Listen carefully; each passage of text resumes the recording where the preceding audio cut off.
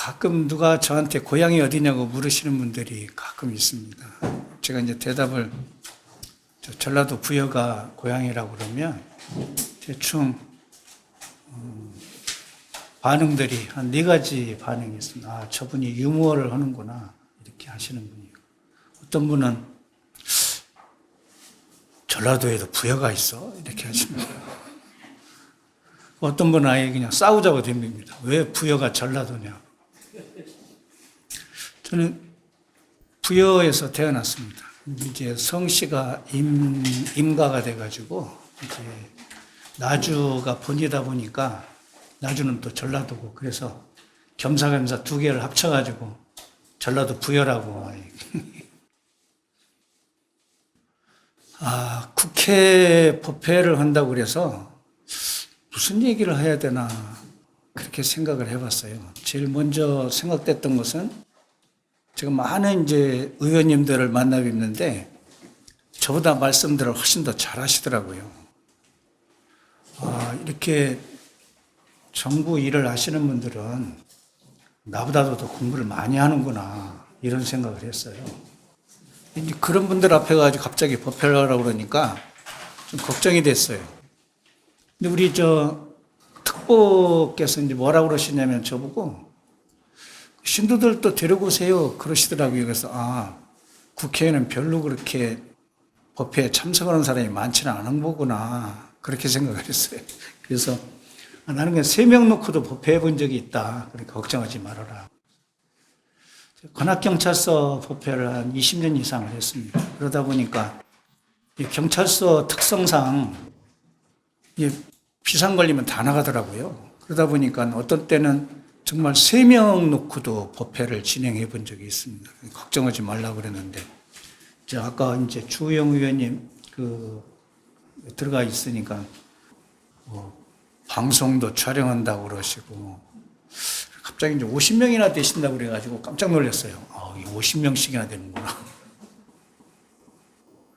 아, 말은 이제 행복이라는 걸 가지고 이 얘기를 하려고 이제 생각을 했었습니다. 이 행복의 반대말이 뭐냐, 그러니까 대체적으로 불행인 줄 알았더니 불행이 아니고 불만족이라고 이렇게 이야기를 하더라고요. 그러면 불행의 반대는 만족인 것 같고, 만족의 반대는 불행인 것 같고, 2개가 같이 쓰는 말이더라고요. 그러니까 행복이라는 말은 이제 만족이라는 곳에서부터 온다, 이런 말일 것입니다. 제가 병원을 갔었는데 그 의사 선생님이 환자를 보고 물어보더라고요. 전 뜻밖이라 깜짝 놀랐어요. 제가 승복을 입고 있어서 그랬는지 모르겠는데 그 환자한테 행복이 뭐라고 생각하세요? 이렇게 묻더라고요. 그 환자분은 금방 이렇게 대답을 하셨어요. 건강이 행복이라고 생각을 한다. 그 의사 선생님이 맞다. 건강이 행복이다. 이렇게 얘기를 하시더라고요. 그 박완서라고는 그 작가가 있으셔요. 근데 이분이 이제 일상의 행복이라고는 그런 글을 썼는데, 전날까지 밥 잘 먹고 잠자고 일어났더니 허리가 아파서 움직일 수가 없더라. 그러고 나서 쳐다보니까 평소에 내가 할 수 있었던 것들이 전부가 다 기적이더라. 이제 그런 얘기를 써놓은 걸 봤어요. 제가 아는 분도 저녁에 이렇게 이제 이야기하다가 졸려서 하품을 했는데, 하품하고 나서는 이게 목에 이상이 왔어요. 하품하고 목에 이상이 와서 그 순간부터 이 목이 안 돌아가는 거예요. 이것 좀 고쳐달라고. 이걸 어떻게 내가 고치냐고. 근데 이 목 안 들어가는데 고치는 방법이 있기는 있습니다. 이게 법회 시간에 이런 거 얘기해도 되는지는 모르겠는데, 여러분들이 이렇게 목이 좌우로 잘 이렇게 안 돌아가실 적에 이쪽이 잘 안 돌아간다. 그럼 잘 돌아가는 쪽에다 이렇게 놓고 반대로 이렇게 자기 손을 대고 밉니다. 이렇게 얼굴을 밀어가지고 순간 딱 놓으면 이게 가거든요. 그럼 그다음부터는 안 돌아가니까 쫙 가져요. 허리 굽혀가지고 땅짓기 하잖아요. 땅짓기 하는데 예전에 이게 학력고사 할 적에 이거 했었어요. 이게 땅이 내려가는데 땅이 안 닿아요. 손바닥이. 그러면 어떻게 하느냐 그러니까 숨을 있는 대로 들어 마시고 그러고 이제 굽힐 수 있는 데까지 가는 거예요. 그리고 마지막에 숨을 한꺼번에 탁 뱉으면서 놓으면 순간적으로 손바닥이 땅에 딱 닿습니다. 그럼 그 다음부터는 이상 없이 그냥 밑에까지 쭉쭉 내려가죠. 이 몸의 그 신체 기능도 한번 잡고 있던 것을 탁 놓는 그 순간 밑에까지 촥촥 내려가져요. 이 마음의 짐도 마찬가지더라고요. 붙잡고 있던 것을 어느 한순간 놓아보면 그때부터 그 놓는 것이 쉬워집니다. 사업을 하다가 망해가지고 그 어느 한순간 모든 것을 내려놓을 적에 내려놓기까지가 어렵지 한번 내려놓고 나면 그다음부터는 오히려 쉬워지거든요. 친구 녀석이 하나 있었어요. 인천 남동공단에다가 땅을 샀는데 그때는 땅값도 비싸지를 않을 때 남동공단에 땅을 샀어요. 그러니까 정부에서 어떻게든지 팔으려고 싼 값에 막 할 적에 남동공단에다 땅을 샀는데 땅 상고 나니까 땅값이 막 올라가서 순간적으로 부자가 됐어요. 근데 본인이 가지고 있던 기술을 가지고 공장을 지어서 해보니까 기술자로 있던 사람이 사업을 하려니까 사업이 안 되는 거예요. 그래서 빚을 져 계속.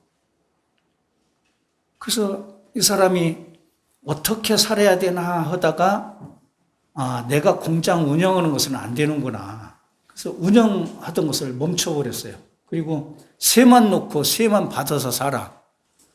한 3년 동안은 굉장히 고생을 했어요.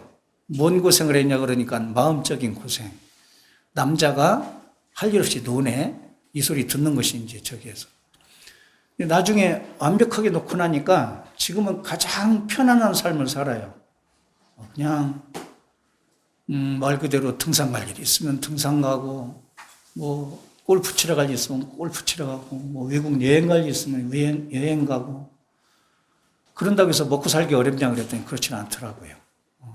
대신 편안하게 살아요. 세가 많이 들어와. 그러다 보니까 그 자기가 경영하는 것보다 훨씬 나아요. 근데 이 사람이 경영을 할 적에는 경영에서 손을 놓으면 죽는다고 생각을 했어요. 아예 경영에서 손을 놔보니까 새로운 길이 열리더라고요. 인생도 그런 것 같아요. 어떻게 살다 보면 이 길이 아니면 끝이라고 생각하는 경우가 굉장히 많아요. 그런데 놓고 나서 쳐다보면 갈 길이 정말 많은 게 인생이에요. 누군가 뭐 그런 말을 했더라고요. 뭐 길은 많고 할 일도 많다고. 근데 한 곳에 집착돼 있으면 길도 없고 할 일도 없어요. 자기가 할 것밖에 없으니까. 근데 하나를 놓고 나면 수 없는 것을 얻을 수 있는 것이 이게 인생이지 않는가. 그리고 이것이 부처님께서 말씀하신 그런 것들이 아닌가. 그렇게 생각을 해봅니다. 누가 와서 저한테 이렇게 물어봐요. 인생에 좀 좋은 말 좀 조언을 좀 해달라고. 조언할 말이 없어요. 그래서 맨날 하는 얘기가 그냥 놓고 사세요. 놓고 사세요. 그러는데 그러다 보니까 많은 사람들이 와서 저를 보고 스님 놓고 살라고 그러는데 뭘 놓으라고 그러느냐고 이렇게 얘기를 하시는 분들도 계시고 근데 모든 게 어떤 것이든지 일단은 놓고 살면 편안해지기는 좀 편안해지더라고요. 제가 오늘 행복으로 가는 그런 그 재현에서 이제 역으로 생각을 해봤어요. 행복이라는 것의 반대는 불행이라고 하는데, 불행 중에서 가장 큰 불행은 뭘까? 죽음이더라고요. 그러니까 우리가 행복이라는 것은 실상은 삶이라고 하는 것이 있기 때문에 행복을 추구하고 이러고 가는 것이거든요. 그런데 죽고 나면 아무것도 없어요. 일단은 다음 생이 있다 이런 것을 다 배제하고 우리가 사는 삶 속에서 쳐다보면 이 죽음이라는 것은 모든 것의 단절입니다. 그래서 우리가 계율상에서도 다른 종교와 달리 첫 번째로 드는 것이 죽이지 마라거든요. 물론 경전상에서 죽이지 마라가 첫째 목표는 아닙니다. 근데 본래 경전상에서는 방생하라는 거거든요. 살려줘라. 그런데 그 살려주는 일을 하되 도저히 네가 계속 할 수 없으면 최소한 죽이지는 마라 이런 소리고, 이제 두 번째가 도둑질하지 말라 이 소리인데, 이것도 보면 보시하고 살아라거든요. 왜 보시하고 살아라.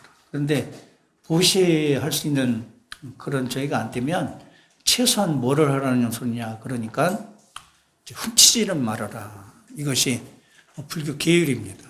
그러니까 남녀 간의 관계에 있어서도 이제 청정하게 살아라. 이건 그 다음까지는 잘 모르겠어요. 그 다음에는 보면 남들을 위해서 좋은 말을 하고 살으라고 그러는데, 좋은 말을 할 수 없으면 최소한 거짓말하거나 아니면 욕하거나 이런 거 하지 말라는 거거든요. 이게 적극적인 거에 있어서는 방생을 하라는 소리고요. 소극적인 거에 있어서는 죽이지 마라 이 소리입니다. 근데 도둑을 맞아보면 그 다음부터는 자기 집이 싫어요.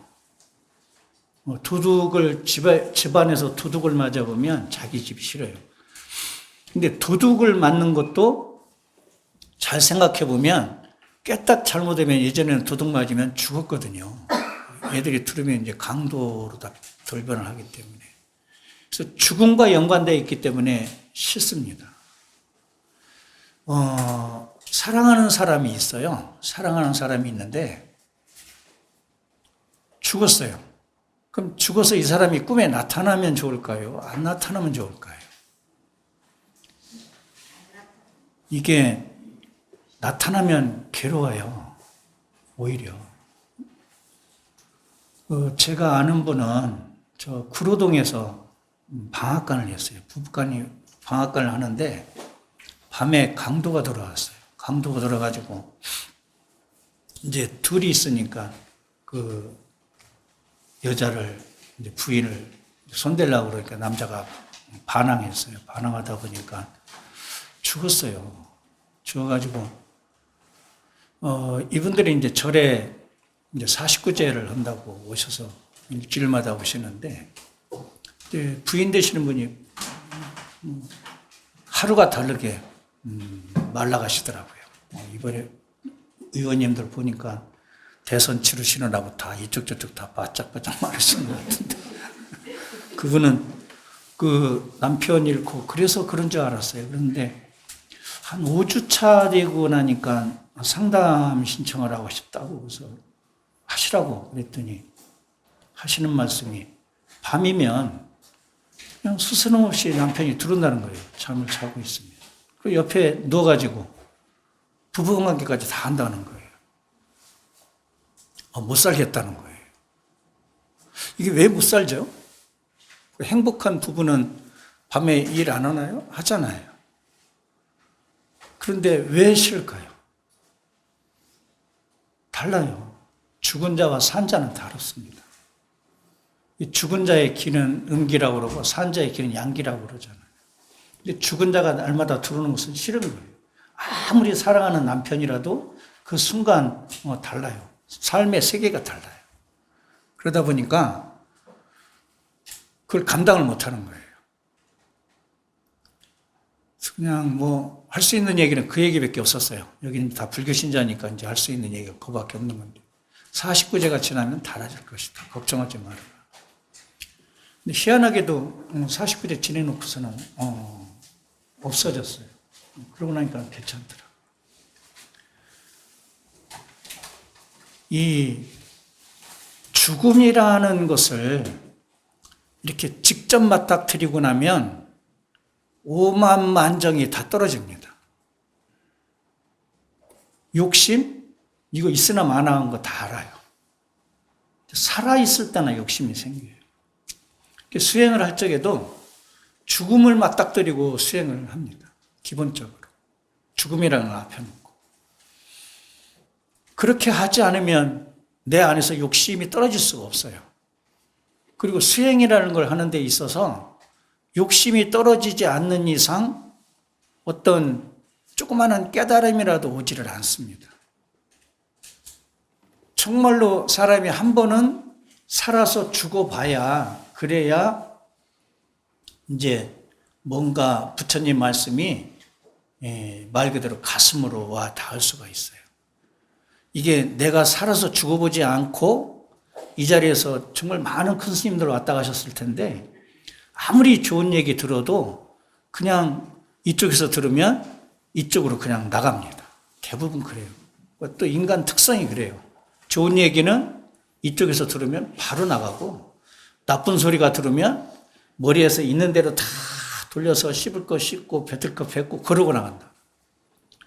그러니까 마음속에 원망심은 계속 있는데 은혜에 대한 그런 감정들은 별로 없이 그냥 바로바로 빠져나가는 거거든요.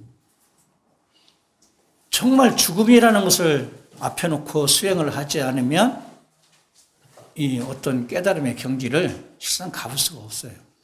그러니까 본래 부처님 당시에도 그래서 수행을 시킬 적에 죽은 자들 옆에서 앉혀서 그 썩어가는 모습을 직접 봐가면서 수행을 시키셨어요.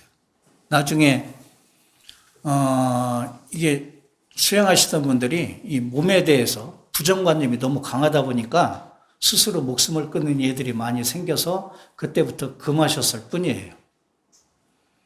그렇지만 어찌됐건 신앙심이라고 하는 것도 또는 도를 닦는다고 하는 것도 한 번 정도는 살아서 죽어봐야 정답이 나옵니다. 미국의 호스피스 의사였던 이 카렌 와이어트라는 사람이 책을 하나 냈더라고요. 근데 이분이 이 호스피스 아시죠? 돌아가시기 직전에 가는 그 병동. 그분들하고 대화를 통해서 이제 책 제목은 당신한테 삶이 일주일만 남았다면 뭐가 가장 해보고 싶으냐 이런 질문을 던져서 그 질문에 대한 답변으로 나온 책입니다. 여러분들 어떤 생각이 드세요? 일주일 남았다면 무슨 일을 해보고 싶으세요? 이 책을 한국에 소개한 사람은 직접 작가는 아닌 것 같아요. 이런 글을 썼더라고요. 자기가 병원을 갔더니 췌장암 말기다. 그 진단을 받고 많이 살면 한 달 남았다. 그것을 들었다는 거예요.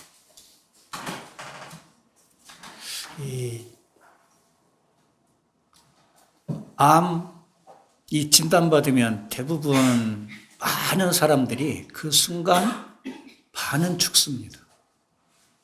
근데 이게 수행하는 차원에서 반이 죽으면 복이 될 텐데 수행 차원이 아니고 삶의 차원에서 반이 죽어요. 그러다 보니까 기가 쫙 빠지는 것입니다. 그래서 어제까지만 해도 건강했던 사람이 의사 선생님한테 암 이 소리를 들으면 다음날 확실한 병자가 돼요. 반이 확 죽어버려요. 이분도 할 일이 그거밖에 없었던가 봐요. 그런데 일단 한 번 죽고 난 다음에 다른 암들은 그래도 이렇게 가망성이 있잖아요. 그런데 요즘 그 췌장암 그러면 거기다 말기 그럼 거의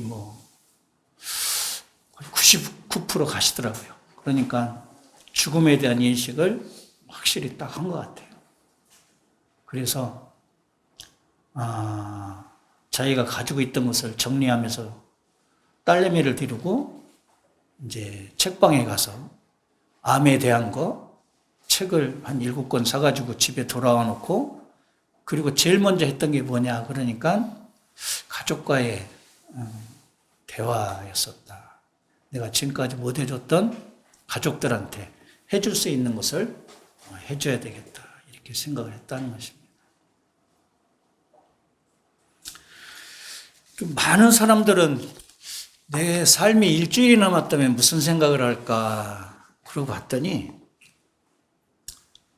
뭐 이렇게 돼 있네요. 죽을 만큼 마음껏 사랑해 볼 것. 아마 이게 남녀 간의 얘기는 아닐 것입니다. 가족 간이라든지 친구 간이라든지 정말로 나에게 소중했던 사람한테 이 사랑이라는 말을 전할 수 있을까? 맨날 이렇게 할 수 있을까? 제가 그제 예식장 갔었어요. 예식장을 갔는데 요즘 예식은 주례도 없더군요. 없고 그냥 화면에 보니까 그 사람들 연애하는 것부터 시작해가지고 꼭 보니까 그 프로포즈 하는 거 이렇게 딱 나오는데 평생 잘해줄게, 나와 결혼해 줄래? 이렇게 있는 걸 봤어요. 그러면서 제가 그런 생각을 했어요. 저게 과연 이루어질까?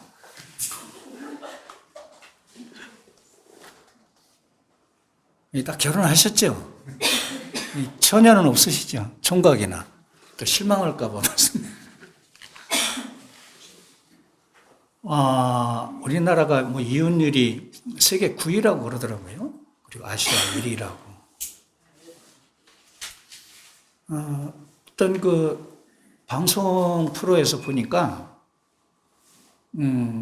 할아버지 할머니 나와서 퀴즈 맞히기를 하더라고요.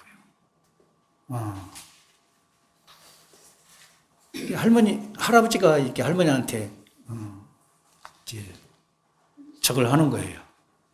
정답은 천생연분이었어요. 이게 이제 할아버지가 우리 같은 사이를 뭐라고 그래? 그러니까 왼수. 할아버지가 당황해가지고 아니 내자로 평생 왼수. 어떤 분이 이렇게 물어보더라고요. 다음에 다시 태어나도 나하고 다시 결혼할 수 있어? 그러니까 그 부인이 응, 할 수 있어. 대신 조건이 있어. 그게 뭐야? 그러니까 다음에는 내가 남편으로 당신이 부인으로 태어나. 그렇게는 내가 해보겠어. 이렇게 얘기를 하더라고요.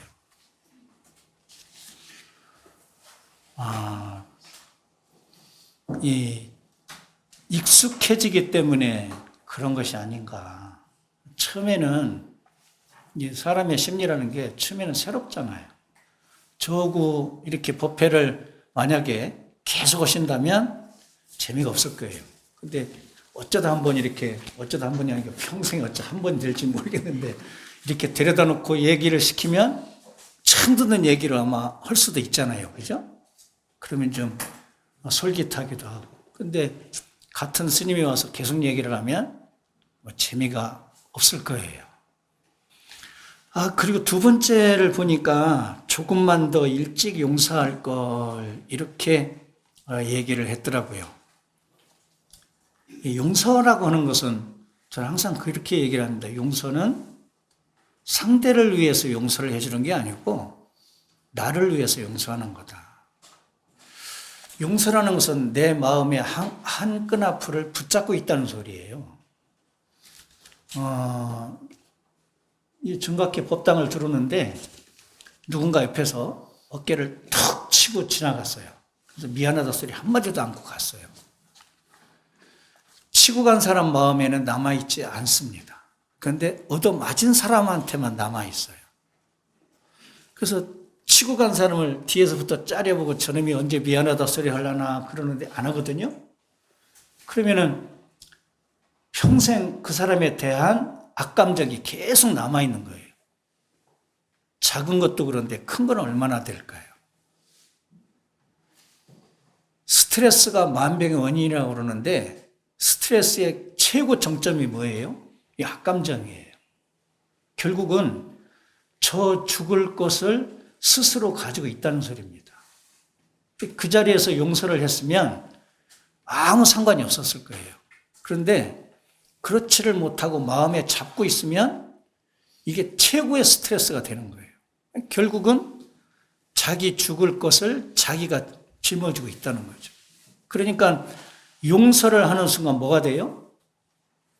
보약 먹는 거예요. 실상. 용서라는 것은 남을 위해서 하는 것이 아니고 자기 자신을 위해서 하는 것입니다. 그리고 용서를 했으면 아마도 이렇게 부부간에도 가지고 있는 게 많을 거예요. 아이, 저놈의 남편, 저놈의 여편, 뭐 저거 안 해주네. 이게 계속 안에 있으면 그로 인한 보이지 않는 선들이 계속 그어져요. 근데 보이지 않는 선을 내가 그어놓은 선을 상대를 모르느냐 그러면 그렇지 않다는 것입니다. 상대도 인지를 한다는 것이죠. 여러분들 이렇게 앞을 보고 가는데 뒤에서 누가 나를 계속 째려보고 있으면 느껴져요? 안 느껴져요? 느껴집니다. 눈이 뒤에 붙어 있지 않는데도 불구하고 저 사람이 계속 나를 째려보고 있으면 느껴져요. 자기도 이렇게 뒤돌아보다잖아요. 눈 마주치고. 보이지 않는 선들이 실상은 느껴집니다. 계속적으로. 근데 이런 것들이 용서라는 것을 통해서 완벽하게 다 사라지고 그로 인해서 내가 건강도 회복되는 그런 모습을 보일 수가 있다는 것이죠. 걱정은 내려놓고 행복을 만끽할 걸 이렇게 얘기했다고 그러네요. 우리가 평소에 하고 있는 걱정, 이거의 약 한 93%는 절대 일어나지 않을 걱정이라고 이렇게 얘기를 합니다. 그만큼 우리가 필요 없는 것에 많은 걱정을 하고 산다는 것이죠.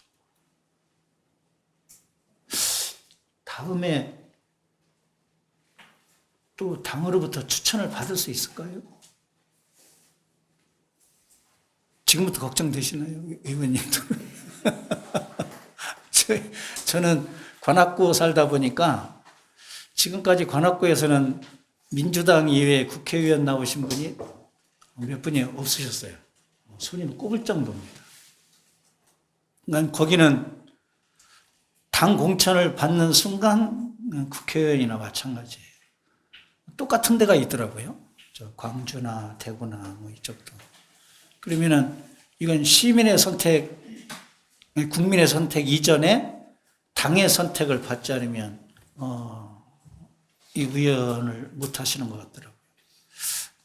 좀 마음이 아팠어요. 왜 지역에서 좋은 일 많이 하고 저거 있는데 당에서 공천을 못하면 이걸 못 받을까?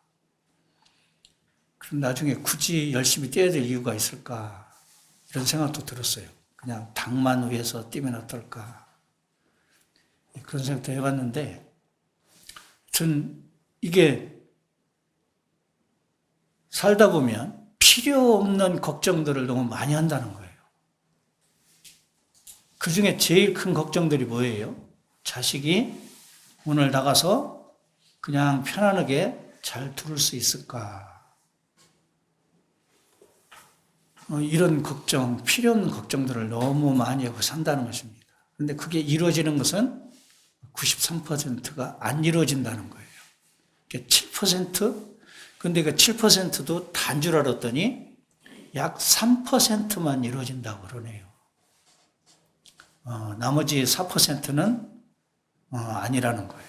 그러니까 내가 걱정했던 것에 그것이 이루어질 확률은 3%밖에 안 된다. 그런데도 허구한 날 그 걱정 속에서 산다는 거예요. 걱정을 하면 어떤 현상이 나타나죠? 얼굴이 검어집니다. 저도 얼굴이 검죠. 근데 이게 피부 색깔 톤을 얘기하는 게 아니고 속에서 우러나오는 색깔이 받지를 못하다고 이렇게 얘기를 합니다. 걱정에 쌓여 있는 사람. 여러분도 느끼실 거예요. 아무리 얼굴이 뽀얀해도 가다 보면 걱정 있는 사람은 보입니다. 여러 가지로 안 좋아요. 하여튼 걱정 많이 해서 좋을 일은 없으니까 걱정하지 말고 살자 이렇게 해야 되는데 이놈의 걱정을 안 하려고 해도 계속 안에서 계속 올라오거든요. 왜 그러냐 그러니까 지금까지 살아온 모습이 그러고 살아왔어요. 그래서 제가 이렇게 얘기를 합니다. 주문을 외워라. 주문은 지금이다. 일어나 저러나 사는 모습은 지금 현재 여기밖에 없다. 그러니까 나머지는 다 없다. 그러니까 걱정이 탁 떠올라거든. 지금 이렇게. 물론 우리가 불교 신자이니까 관세음보살에서 가라앉힐 수도 있어요. 그런데 이건 좀 약간 피상적이고 아예 직접 대놓고 지금 그러면 이게 가라앉습니다. 묘하게 가라앉습니다. 나중에 해보세요. 마음을 열고 포옹할 걸 이렇게 했는데 우리나라 이혼율 아까 세계 9위라고 그랬잖아요. 아시아 1위. 연구 결과 부부가 이혼하지 않을 수 있는 가장 좋은 방법 그랬더니 하루에 부부가 20초만 끌어안고 있으면 이혼을 안 한대요. 신기하지 않으세요? 근데 우리 가만히 생각해 보세요. 그냥 지나가다가 인사하는 것하고 이렇게 손 한번 잡는 것하고 다르신가요? 같으신가요? 우리 의원님들 다니시면 다 악수하시잖아요. 이 악수의 그것이 굉장히 큰 겁니다. 근데 만약에 이렇게 안고 투드려 주기까지 하면 얼마나 더 커질까요? 근데 부부간이 20초만 하루에 끌어안고 있으면 이혼하지 않는답니다. 해보세요. 이 정이 통합니다. 신체를 통해서. 그래서 아마도 이혼하지 않는다 그러는 것 같아요. 근데 마음을 열고 포옹할 걸 포옹이라는 게 그냥 되지는 않는다는 소리죠. 마음을 열지 않으면 절대 포옹이 되지를 않습니다. 반대로 포옹을 하면 마음이 열립니다. 이게 몸과 마음은 마음이 7이고 몸이 3인데 두 개는 서로 상호 교환이 돼요. 그래서 몸의 언어가 마음의 언어가 되기도 하고 마음의 언어가 몸의 언어가 되기도 해요. 그래서 열려야지만 포옹이 되는데 포옹을 하고 나면 또 열리기도 한다는 거예요. 한 번뿐인 인생 열정적으로 살아볼 걸 이렇게 생각을 한다고 그러네요. 그렇죠. 내생이라는 것은 있는지 없는지 잘 모르겠으니까 어찌됐건 지금 태어나서 이 생 한 번 정도는 내가 열정적으로 살아볼 걸. 그러지 못하고 사는 것이 많다는 것이죠. 아둥바둥 말고 여유를 가지고 살 걸. 이렇게 얘기를 했는데 얼마 전에 그 뉴스를 보니까 강남에 그 부자인 분이 폐지를 적는다고 하더라고요. 이게 갑자기 무슨 소리야? 그랬더니 이건 부동자산이니까 당장 쓸 돈은 없고 그러니까 유동자산을 만들려고 보니까 할 수 없이 폐지를 적는다는 거예요. 이게 강남에 집 있으면은 1, 2억 아니잖아요. 1, 20억은 가볍게 넘어가잖아요. 그러면은 노인이라 그러면 그냥 요즘 은행에다가 집 주면 되잖아요. 그러면 한 달에 얼마씩 주잖아요. 근데 왜 이걸 못 할까요? 그 집에 목숨을 걸었어요. 집에다가. 그러고서는 이 세상을 이렇게 아둥거리고 사는 거예요. 정말로 아둥바둥거리고 살아요. 조금만 내가 놓고 있으면 이 아둥바둥을 넘어서 살 텐데 그러지를 못한다는 것이죠.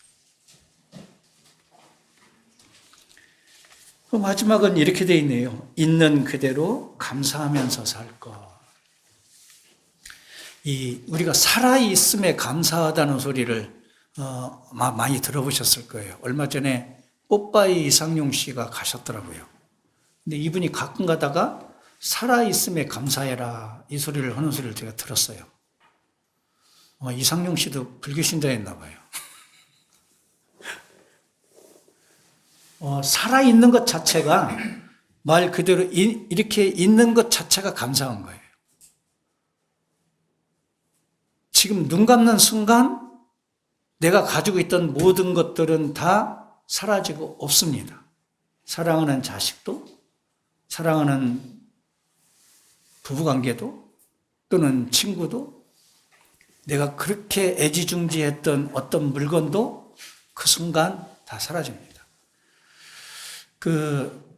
돌아가신 분 유품정리사 하시는 분들 있어요. 그 유품 정리하러 시골집에 가서 보면 쓸만한 물건 참 많이 있어요. 그 사람은 살아생전에 그거 하나를 아끼려고 정말 애지중지했던 그 물건, 자식은 절대 쳐다보지 않는다는 거예요. 본인만 애지중지해요.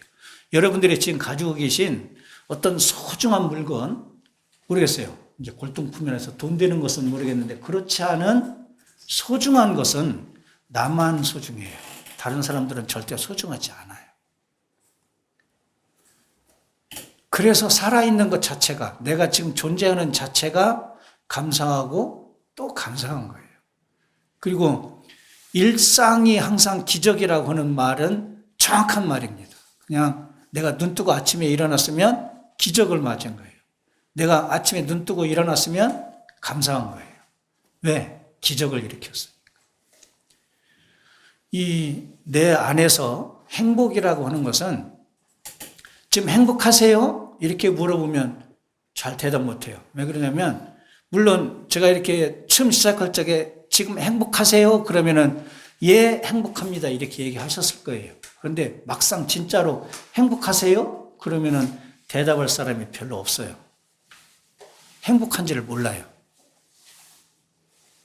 그래서 행복하세요? 할 적에 내가 행복한가를 생각해 보려면 뭐로 생각하느냐? 그러니까 내가 지금 불행한 일이 있을까? 이렇게 생각해 보라는 거예요. 내 삶에 지금 현재 불행이 있는가? 불행이 없으면 나머지는 다 행복이라는 것입니다. 오늘 주제 행복이라는 것을 이제 가지고 얘기를 했는데, 저도 이렇게 왔다 갔다 해가지고 제가 무슨 얘기를 했는지 잘 모르겠어요. 하여튼 우리가 살아있는 것이 행복이고, 또 그리고 거기다 대고 이렇게 걷고, 더군다나 이런 자리에 많이 모여서 같은 소리를 들을 수 있다는 것도 이 행복입니다. 그리고 저도 이렇게 와서 여러분들하고 좋은 얘기를 나눌 수 있던 것도 이렇게 행복이라고 생각합니다. 좀 행복합니다. 감사합니다.